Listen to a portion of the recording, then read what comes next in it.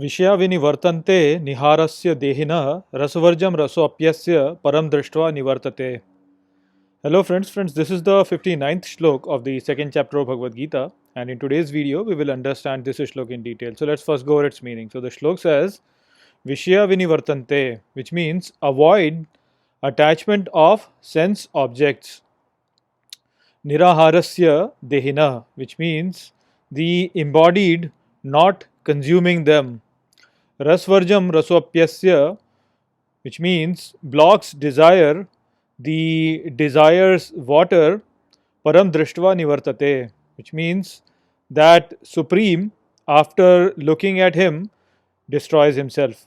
So the description of the sthit pragya is continuing, and Shri Krishna is telling Arjun over here that a person can avoid the uh, attachment to subject by avoiding the exposure to it, but the tendency of getting attached in itself is not destroyed in this process. And because this tendency is not destroyed, so then there is a danger that it might come back. So the wise people, they block this attachment by looking or identifying or realizing the one supreme, which is the source of it all. So basically the idea is that you can avoid the attachment by avoiding the sense pleasure through which you can get attached. So that you can do, but that does not solve the problem, because the tendency to getting attached to such things is not destroyed in this process. So we have seen this many a times, right? I mean, whenever we go to some holy place, or we go to an ashram, or we go to any sort of a yogic retreat or something like that, we feel very relaxed at that point of time. And suddenly we start thinking that, we have become very wise, we have become very quiet, we have become very, very unattached to this world. And so we have attained the thing that people talk about. But the thing is that as soon as we come back to our normal life, then all those things which create excitement in us, they come back, and we go back to our old ways again. So now when you have to drive to your office, then you see the traffic, and that traffic disturbs you.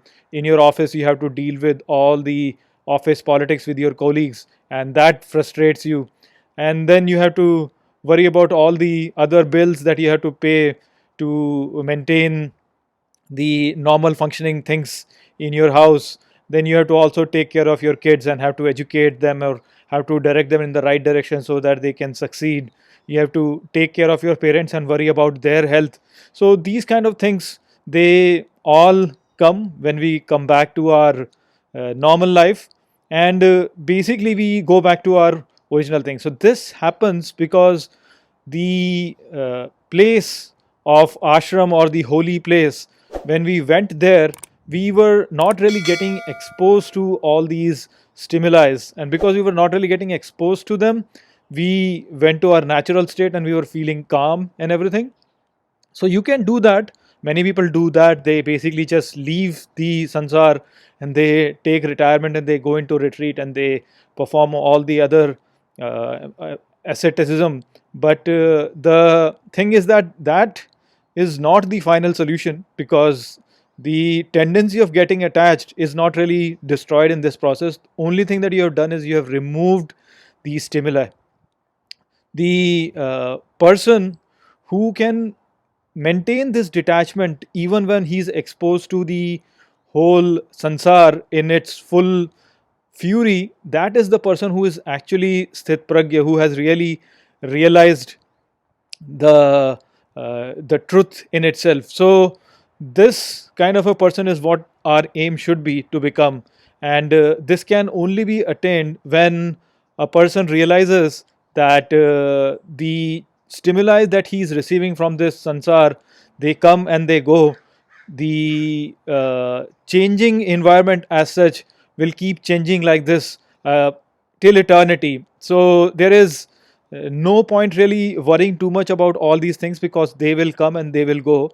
However, behind all this variation, there is one unchanging reality, which is the thing that is really the source of all of this. And so, if you can find refuge in that unchanging reality, then basically you can overcome all these tendencies which are within us to really react to the environment around us. So that is what our aim should be, to realize that unchanging reality which is the source of all of this this creation. So in the shlok itself, Shri Krishna says raso apyasya, which means the source of the ras, or we can say the water of the desire. Water is the origin as such which comes. So the origin of the desire in itself. So when one realizes that, then he realizes that the stimuli that he's getting is just